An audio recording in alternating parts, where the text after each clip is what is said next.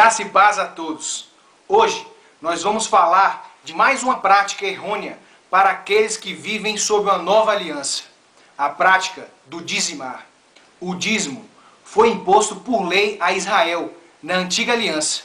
Aliança essa que já não vigora mais.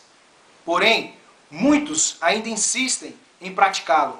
Antes de tudo, devemos entender o dízimo nos três principais períodos bíblicos: antes, durante e depois da lei. Antes da lei, Abraão e Jacó deram o dízimo. Porém, eles não o fizeram movidos por um coração barganhador, por ameaças ou por maldições que recairiam sobre eles se assim não o fizessem, mas movidos por reconhecimento e gratidão, pois não havia nada imposto por lei. Durante a lei, também houve a presença do dízimo. Porém, diferente do princípio do reconhecimento e da gratidão, o dízimo era entregue sob o princípio da bênção e da maldição. Ou seja, se você é obediente, bênção. Caso contrário, maldição. E hoje, não nos ensinam diferente. Aqueles que deveriam olhar para o Novo Testamento abraçam uma aliança que Deus nem mesmo fez conosco e guiam o povo sob ameaças e sob a coerção da lei.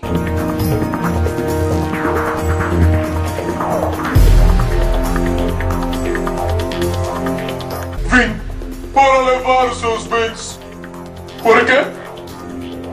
Você não tem sido dizimista fiel, mas não era para vir do portador, migrador ou destruidor? Eles falharam. Foram destruídos pelo sacrifício do Messias. E os gafanhotos? Os últimos foram comidos por João Batista no deserto.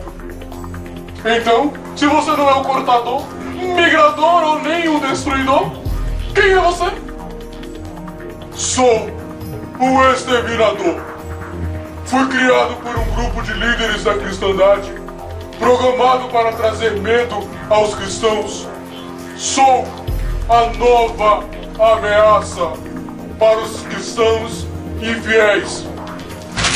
Quanto ao dizimar, salve-se quem puder! Medo, desespero, pavor. Estes são os sentimentos que habitam a maioria dos corações dos cristãos que vivem sob o jugo da lei. Você já deve ter escutado inúmeras vezes o seu pastor, pastores, líderes dizendo que se você não der o dízimo, você é ladrão, que você está roubando a Deus. Mas isso não passa de uma mentira, pois nós vivemos sob uma nova aliança e Malaquias 3:10 não faz parte dela. Muitos filhos de Deus, por falta de conhecimento e com medo do cortador e sua turma, passam por situações constrangedoras. Alguns fazem empréstimo para pagar o dízimo. Outros ficam devendo o dízimo. Sem falar daqueles que todos os meses vivem o dilema de ter que escolher se dão o dízimo para não terem um nome riscado dos céus ou se pagam as dívidas para não sujar o nome aqui na terra. E aí, vai fazer o quê?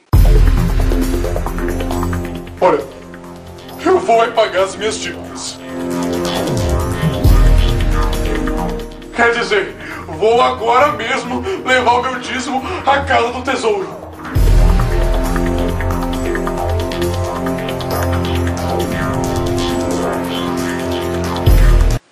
A lei e os profetas vigoraram até João.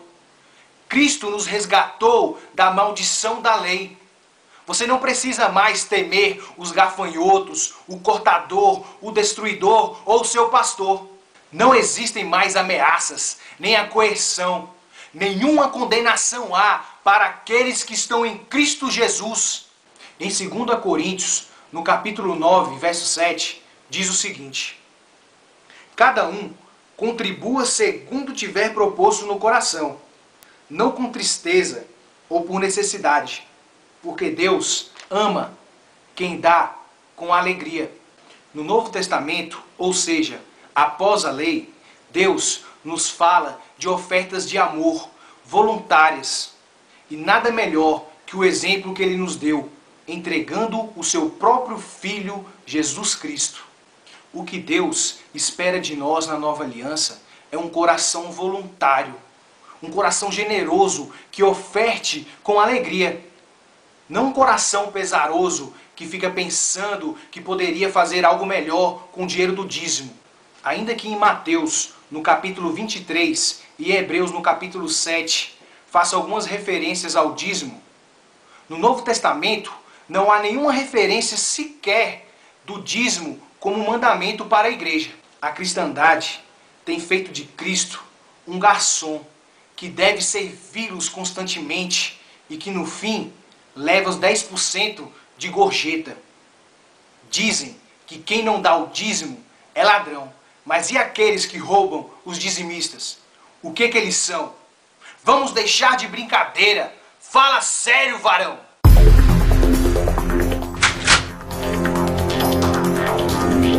Hasta la vista, dízimo.